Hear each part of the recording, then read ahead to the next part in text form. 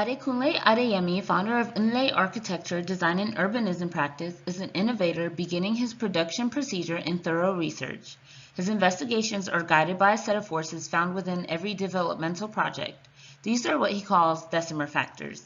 He performs a continual analysis of opportunities and possibilities based on findings, influences, and other relationships conferred in relation to site. His first architectural influence, his father, was a modernist architect and farmer. KUNLÉ grew up processing architecture by understanding the environment. He was inspired to transform existing spaces and conditions from his youth. He developed interest in resilient urbanism, especially within rapidly developing cities in countries like his nation of birth, Nigeria. Deconstructivist Peter Eisenman impacted the nature of Adeyemi's work as his emerita professor at Princeton. Unlike his pupil, Eisenman was against phenomenological influences, but alike appreciated a hermeneutical or syntactic approach. As did Adeyemi's most influential contact, Rem Koolhaas. Koolhaas aimed to reveal the unconscious of architecture as experiential. He practiced fragmentations and manipulations of space, grid, and mass as geometries, creating transformative place by evoking movement in dynamic ways. In Abuja's AIST by OMA's Adeyemi and Koolhaas, the urban project represents the city as process, an urban condition generated by the integration and democratization of space and place. OMA embraced this change, searching for ways of mobilizing it to strengthen the original identity. For them both, architecture became a way of thinking about anything, the relationships, proportions, connections, and effects. They tool architecture to conceive theory, practice, strategy, and ethic, making use of intuitive foundations, verification of concepts, a bottom-up approach, and the studying of concrete examples. Forms are influenced by environmental and programmatic factors, like in Qatar National Library by Adeyemi and Koolhaas. Many applications of form are manifestations of Rem's Japanese metabolist influence. Compartmentalization and scalability are present from process to product in various projects. Designs are marked by abstractions of environment, reflecting user values, flexible open plans, multi-purpose and reactive spaces and forms, experiential access, cantilevered masses, modularity, spaces of social, collective, megacultural interaction, as well as intellectual processes. Key features are sustainable application, designing for climate and solar demands. Design conception is executed in a simplified manner. Manipulated basic notational forms eventually translate into the final product. Their findings are tested within copious detailed prototypes as opposed to iterations of architectural drawings. Visionary investigations lead them into a world of ideas. All process operations are recorded, described, and transcribed. At OMA, systematic operations are used in researching, communicating, and validating ideas. Adeyemi continues this procedure at UNCC. Diagrammatical methods are means to architectural form and organization, while representation methods are pedagogical. Hierarchical organizations of subjects and factors guide their problem solving. A series of questioning, what could it be, formulates a package of answers to climate demands, environmental, economic, and cultural needs, constraints, opportunities, ideas, and dreams. Specific identification to what is now known as decimer factors began. The holistic identity of KUNLÉ Adeyemi's project results from an interdisciplinary thorough collection and creation of data, as well as emblematic thought-provoking imagery. He gives multi-dimensional definition to developmental problems and solutions. 7 ways of understanding context emerges as a system of force, the decimer factors. Processing project implications by addressing demographics, economy, sociopolitics, infrastructure, morphology, environment, and resources. These factors are investigated at different scales or circles of influence, such as regional or local. UNCC's Makoko floating school system began as a study of Africa and the West African region's environmental nature and challenges relating to climate in the cradle of civilization, water. Analysis is set to Nigeria, into Lagos, and the communities at risk within. The morphology of the city is addressed within Makoko. It's analyzed by how it achieves rapid urbanization, the forms of its development, and the identification of drivers. They identify effects of the lagoon within the lifestyle, character, and values of the community. On-ground local inspection of the how uncovers possibilities and locates the right areas for optimized impact. Communal assets, talents, education, trades, economies, ingenuity, and precedent typologies of built environment and infrastructures present the foundations for opportunities. To fully grasp these ideas and processes, UNCC's team spends even up to 6 months interacting, collaborating, documenting, and verifying successes and failures. To approach analysis multidimensionally and accurately, Adeyemi uses a tool learned from his first encounter with Coolhouse as a pupil at UNILAG. KUNLÉ investigates life at aerial perspective where visual clarity is revealed, identifying patterns of order and solutions in what was seemingly chaos. Elucidated are the decimers' inter and intra relationship, resulting in well-rounded understandings of Makoko. This inspires the stage of physical validations that follow. Generation begins where different layers of investigative content and applications are most critically overlapped. Resilient solutions that beneficially aid the communities are developed with testing. Physically initiating a merge between global aspirations and realities on ground pushes thinking beyond the immediate environment. Local educative workshops were held for the community during this developmental phase, allowing for pre-catalyzation. UNLE strives to make their development sustainable and responsible by equipping local communities with resources to build and maintain for long-term impact and function. Doing so while retaining the cultural value of a place rather than simply importing foreign ideas. Product development and arts and crafts go hand in hand for this team.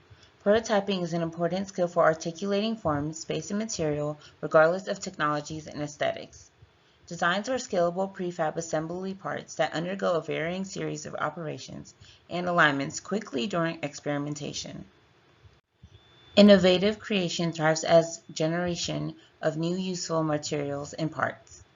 Driving the project's design concept from the start was Decimers E for environment, employing the intertropical climate. Specified finalized areas of intervention for development are within MFS's environment, economy, and resources. These are implied by tropical climate flooding, strong winds, heat, environmental footprint, energy use, and production. The depicted solutions from orientation to technological systems attack these areas as catalysts of resilience in Makoko. UNLE has adapted versions of MFS with on-grid capabilities to meet different standards and economic needs. The environmental solutions defined also interact with the interconnected decimers, E for ecology, I for infrastructure, and R for resources. Although they also serve the demography and work towards improving the community's relationship with water.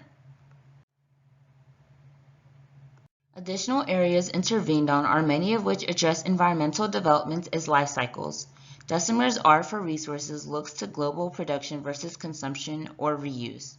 These solutions include local precedent technologies, material and labor proximities, and prefabricated construction methods. Decimers E for economies reflects foreign influence, industries like fishing and oil, but are also indicative of lack of access to resource and opportunity in Makoko. Enhanced skills and positively recharged economies also retain cultural values through preservation of local trades and histories. MFS was useful to the community at all stages of construction. While economy is engaged in the generation of urbanism, Adeyemi believes the focus should prioritize solving social impact over the secular for optimized advancement.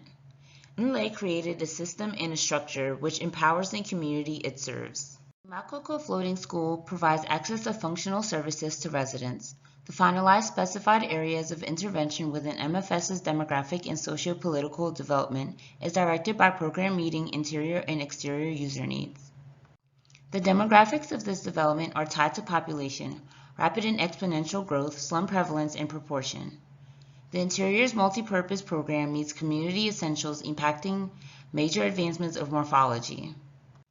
Catalyzing culture, education, local economy, and local politics cultivates the preservation and continuation of Makoko's life and history. As an urban center, MFS procures the advancement of the community and its people in all related areas.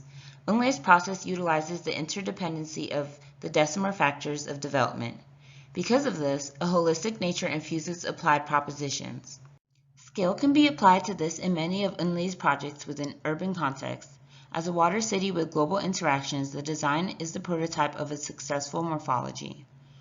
For this development, that is, the relationship between cities and the coast, or urbanization. The center promotes more intentionality and efficiency in water transportation infrastructures and general planned city developments. Infrastructure developments address the water's capabilities and insufficiencies. ADEYEMI's African Water City project is just an advancement of MSF, adapted with new programs and materials specific to various communal typologies. The post-design processing for ADEYEMI's team is a critique and review of project interactions and relationships with decimer forces and resiliency. They record failures and are honest publicly, although it can be said that they were forced when the MFS was deemed a failure since it collapsed in Makoko. It has since been rebuilt, but this happening most likely influenced deeply reflective analysis as well as the advancements of MFS's future iterations. KUNLÉ also creates and archives an in-depth analytical and descriptive record of projects as data reference, a resource for future projects and investigations. While KUNLÉ has a library of well-written descriptions with the displays of each project undertaken, the details of process and product can better be found explained in talks and interview videos. The practice takes on the role of humanitarian, using the decimers to evolve an architecture that addresses average daily needs, forming important dialogue and catalyzing change that has impacts, improving on the challenges and weaknesses of a prototype in the next iteration is understood for the developmental phase. But for KUNLÉ, who builds some of his models as temporary structures or pavilions, such as the MFS, operations of generation and catalyzation are repeated. ADEYEMI applies these prototypes to better serve their new localities. Multiplicity is evident through logical and precise design, breaking down the decimers in a way that corresponds across different communities, while one general solution can then attack, adapt, and aid.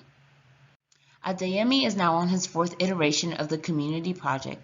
It could be said that maybe his structures aren't so well developed and that he needs the iterations to advance. However, these iterations adapt structure, material, and flotation technologies to the programmatic and environmental needs of the communities, much of which hosts cultural experiences and academic learning.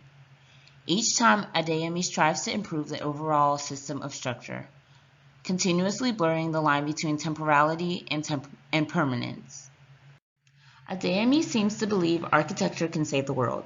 In a sense, he is both right and wrong. However, he is evidently pragmatic with his imaginative thinking. ADEYEMI's works have become an expression of humanity in life, a part of a larger, more important discussion. Holistic improvements in various societal realms are indicative of a great project. As a civic center, a new landmark, and innovation hub, the MFS have beneficially impacted Makoko's education, employment, local economy, awareness, tourism, and global recognition.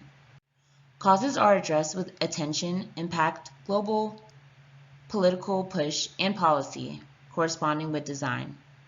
Makoko's community and people and others like it are now advocated for across the globe, thanks to ADEYEMI and his inlay team and collaborators. The MFS school design, which the government was originally combating, has now been officially endorsed as a structure which will be incorporated into the city's master plan. Socio-political forces here include government policy, which threatens or endorses development. The hope is to have various versions of the school adapted to clinic, markets, home, energy, waste, and water infrastructure programs and functions, and implemented incrementally within the urban narrative. The simple but striking forms of KUNLÉ are impactful in meaning and function because of the complexity and clarity of his approach. KUNLÉ ADEYEMI aims to create forward-moving, transformative, integrative, and regenerative designs. The catalyst is denoted by flexible dynamic spaces bridging between built environment and community, domestic to public, people and place, culture and space, image and meaning, lack and resource. With his social technical system, he creates buildings as compelling machines that orchestrate demographic, economical, socio-political, infrastructural, morphological, environmental, and resourceful endeavors. With brilliance, ADEYEMI carefully educates through innovation.